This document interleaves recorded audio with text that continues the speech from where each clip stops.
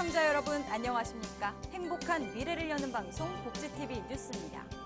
장애계가 국토부와 지자체 등의 저상버스를 시내 구간뿐만 아니라 시외 구간에 도입해야 한다며 제기한 소송에서 법원이 화해 권고 결정을 내렸습니다.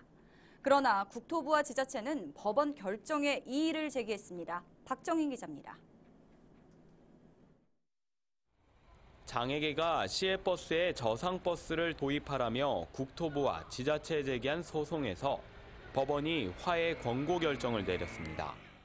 법원은 결정문에서 피고들은 교통약자가 교통수단 등에서 제한되거나 배제가 되지 않도록 지속적인 관심을 가지며 필요한 조치를 마련해 나가기 위해 노력한다고 결정했습니다.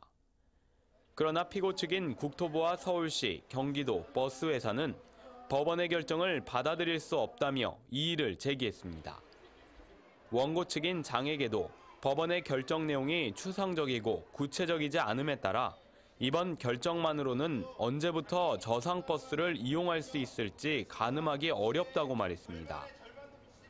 결국 소송의 양 당사자들이 이의를 신청함에 따라 법원이 권고한 화해는 이뤄지지 못하게 됐고 다시 변론이 재개될 예정입니다. 복지TV 뉴스 박정인입니다. 한국장애인고용공단이 장애인 고용 서비스의 실천적 변화와 전망을 주제로 정책 토론회를 열었습니다. 자세한 소식 박광일 기자가 전해드립니다. 장애인 고용 서비스를 제공하는 대부분의 기관이 전문성이 떨어진다는 지적이 일고 있습니다. 지난 10일 국회의원회관에서 장애인 고용 서비스의 실천적 변화와 전망이라는 주제로 정책 토론회가 열렸습니다. 현재 우리나라의 장애인들의 고용이나 복지 실태가 어떤지 개선해야 될 점 많지만 한번 되돌아보는 그런 의미에서 오늘 토론회를 개최하게 됐습니다. 이날 토론회에서는 장애인 고용 서비스를 제공하는 기관을 중심으로 장애인 고용 서비스 체계 개편 방안에 대해 논의됐습니다. 고용 서비스의 비전문화라는 측면이 강하다는 거죠. 그래서 이제 이런 고용 서비스를 좀 더 전문화시킬 필요가 있다는 방안을 제시할 수가 있는데요. 고용개발에서 실시한 장애인 고용 서비스 기관 실태조사 결과에 따르면 기관 내에 장애인 고용 서비스를 수행하는 전담 조직이 있는지에 대해 있다고 답한 기관이 47.8%인 것에 반해 없다고 답한 기관은 무려 52.2%에 달한 것으로 나타났습니다. 특히 이 중 장애인 복지관이 82.8%의 전담 조직을 갖춘 반면 나머지 광역리 기초지자체가 44%, 장애인단체가 38.9%, 직업재활시설의 40.8%만이 전담 부서를 갖춘 것으로 나타나 전담 조직 없이 고용 서비스를 제공하는 경우가 절반 이상인 것으로 드러났습니다. 또한 장애인 고용 서비스 업무 담당 직원 수도 1인이나 2인인 경우가 대부분으로 전담 인력이 부족하거나 영세한 형태로 운영하는 기관이 많았으며 제공기관의 특성에 관계없이 고용 서비스가 제공되고 있었습니다. 기관 고유의 특성에 부합하는 전문 서비스 영역의 표준화라든가 또는 기관 서비스를 분류하는 기준을 좀 제시해서 현재 고용 서비스를 제공하는 기관들을 좀 더 세분화하고 표준화시키는 방법들이 좀 마련되지 않을까. 한편 이날 토론회에서는 장애인 고용 서비스 체계 개편을 위해 고용 서비스의 질적 목표 강화와 기관 간 연계 활성화 등이 필요하다는 의견도 전해졌습니다. 복지TV 뉴스 박광일입니다. 세계적인 시각장애인 선수들을 한자리에서 만날 수 있는 2015 서울 세계 시각장애인 경기대회가 한 달 앞으로 다가왔는데요. 대회 성공을 다짐하는 행사가 서울 여의도공원 물빛무대에서 열렸습니다. 서울 세계 시각장애인 경기대회는 세계 120여 개국이 회원국으로 가입돼 있는 IBSA 국제시각장애인 스포츠연맹이 4년마다 개최하는 국제 종합경기입니다. 특히 5회째를 맞는 이번 대회는 아시아 최초로 우리나라에서 개최되며 다음 달 10일에 개막해 17일까지 80여 개국 6천여 명의 선수단이 참가해 육상과 축구, 수영, 볼링 등 9개 종목의 경기를 펼칩니다.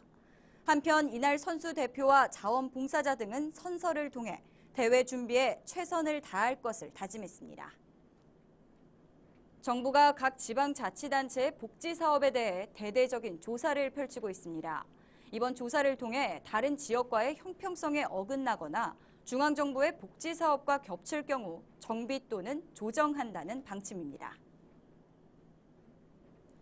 보건복지부는 지난 1일부터 전국 시군구의 사회보장 사업을 전수조사하고 나섰습니다.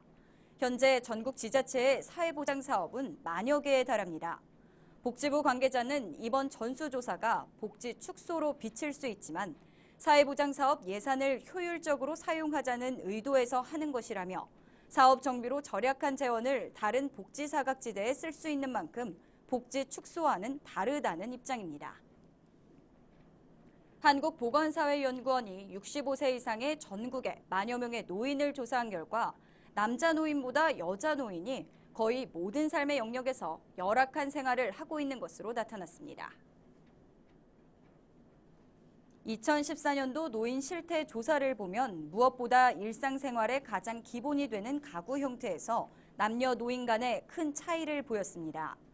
여자 노인은 남자 노인보다 배우자와 생활하는 비율이 32%가량으로 절반에 불과했고 특히 32.3%는 혼자 생활하는 것으로 나타나 다른 가구원의 도움을 받을 수 없는 만큼 생활에 어려움을 겪을 가능성이 큰 것으로 조사됐습니다.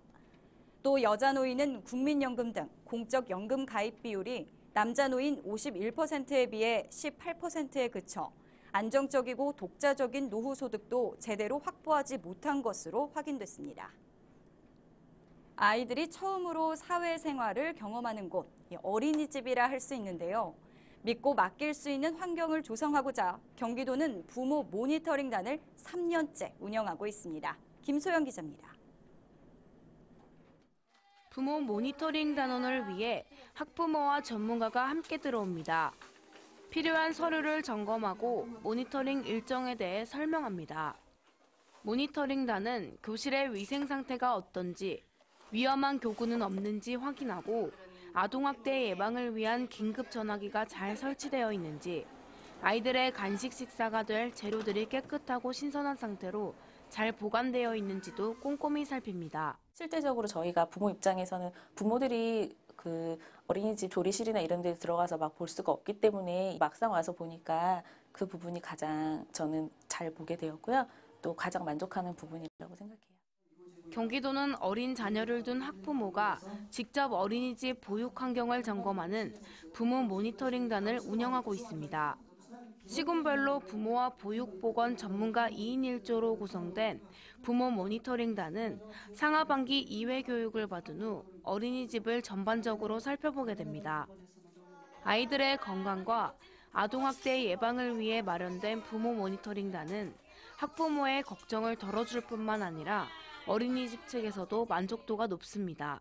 우리가 미처 생각하지 못했던 부분을 부모님들이 얘기해 주시니까 훨씬 아이들 안전이라든지 극간식 위생이라든지 그런 부분에 저희들이 많이 도움이 됩니다. 지난해 320명의 부모 모니터링 단원이 약 9,000개소 어린이집을 대상으로 모니터링 활동을 실시했습니다. 경기도는 모니터링 결과를 토대로 해당 어린이집이 보완할 점을 알려주고 필요하다면 전문가 컨설팅을 제공할 계획입니다. 복지TV 뉴스 김소연입니다. 서울시설공단은 전화 상담원을 거치지 않아도 장애인 콜택시를 부를 수 있는 전용 모바일 앱을 출시했다고 밝혔습니다.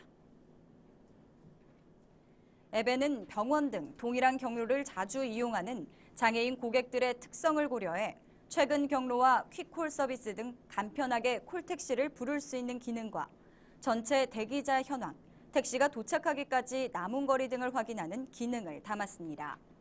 앱은 구글 플레이 스토어에서 장콜이나 장애인 콜택시로 검색해 내려받을 수 있고 아이폰용 앱은 하반기에 출시될 예정입니다. 지난달 K리그 개막에 이어 축구 팬들 요즘 경기 관람하는 재미에 푹 빠져 계실 것 같은데요. 지난 12일 목포에서 열렸던 광주 FC와 전북 현대의 경기는 장애인과 비장애인이 함께 소통하는 장이 됐다고 합니다. 양예슬 아나운서입니다. 광주 FC와 전북 현대의 현대 오일뱅크 K리그 클래식 2015 5라운드 경기가 지난 12일 목포 축구센터에서 열렸습니다. 광주 FC는 이번 시즌에 K리그 클래식으로 승격하면서 축구 팬들의 기대를 모았습니다. 특히 이날 장애인과 비장애인이 함께 어우러져 응원하는 모습은 관중들을 더욱 하나로 만들어주었습니다. FC 파이팅! 파이팅! 원더풀!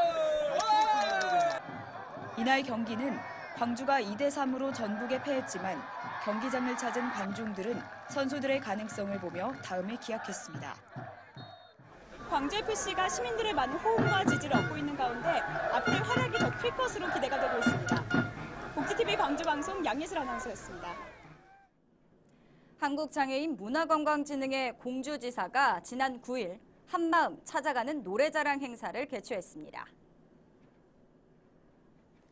한국장애인문화관광진흥회 공주지사와 곰돌이 복지재단이 주최한 이날 행사에는 약 70여 명의 지역 주민이 함께하며 즐거운 시간을 보냈습니다. 한국장애인문화관광진흥회 공주지사는 매주 목요일마다 오후 2시부터 4시까지 공주시 각 읍면동을 돌며 노인, 장애인, 다문화 가정 등 사회 소외계층을 위한 노래자랑 행사를 펼칠 예정입니다. 이날 김기태 공주지사장은 이번 행사를 시작으로 공주 지역에서는 다양한 문화활동에서 소외되는 이들이 없도록 더욱더 노력하겠다고 말했습니다.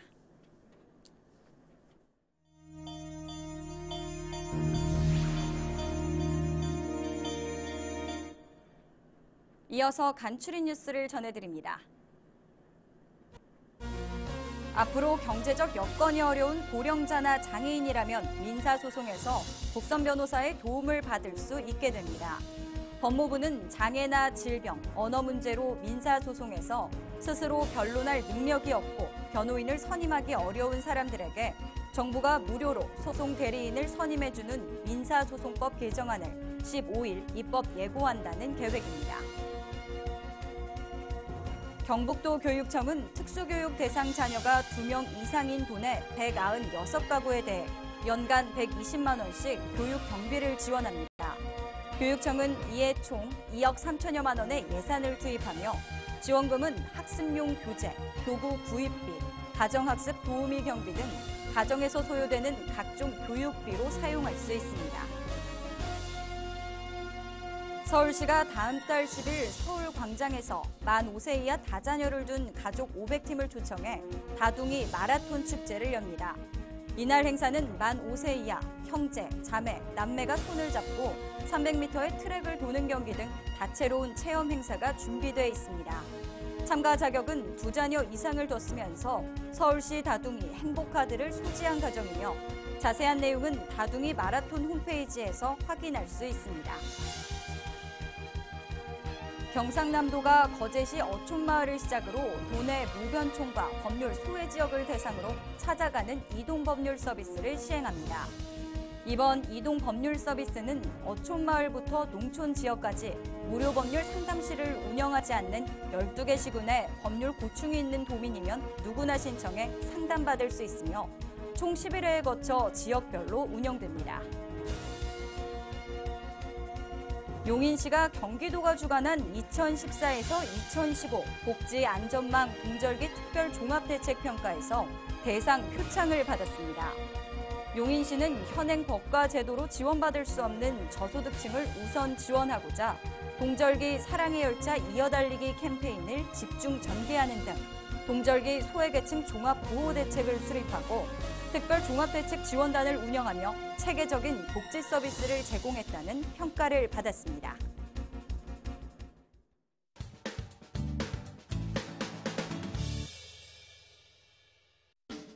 한 주간의 사회복지 행사를 한눈에 알려드리는 시간 복지 게시판입니다.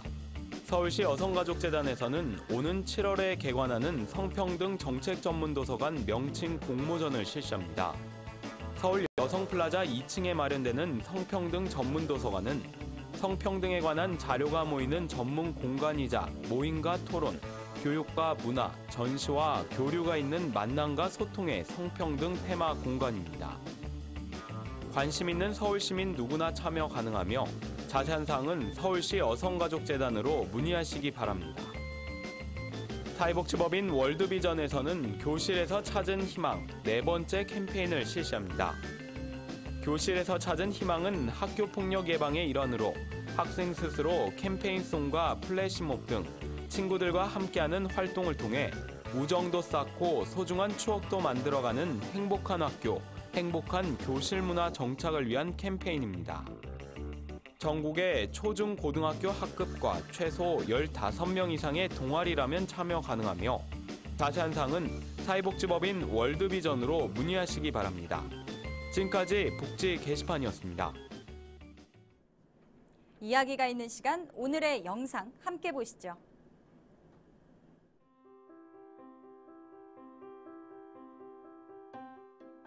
세탁소 옷걸이에 걸린 메시지.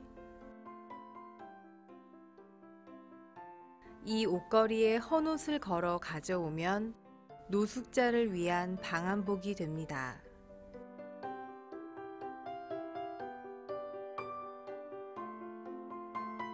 이 메시지를 본 손님들은 2달 동안 무려 1톤의 옷을 기부했다고 합니다. 내게는 꼭 필요하지 않은 물건이 누군가에게는 생명을 지키는 소중한 물건이 될 수도 있죠. 이 나눔은 작은 실천과 관심만으로도 얼마든지 가능한 일입니다. 행복한 미래를 여는 방송 복지TV 뉴스를 마칩니다. 시청해주신 여러분 고맙습니다.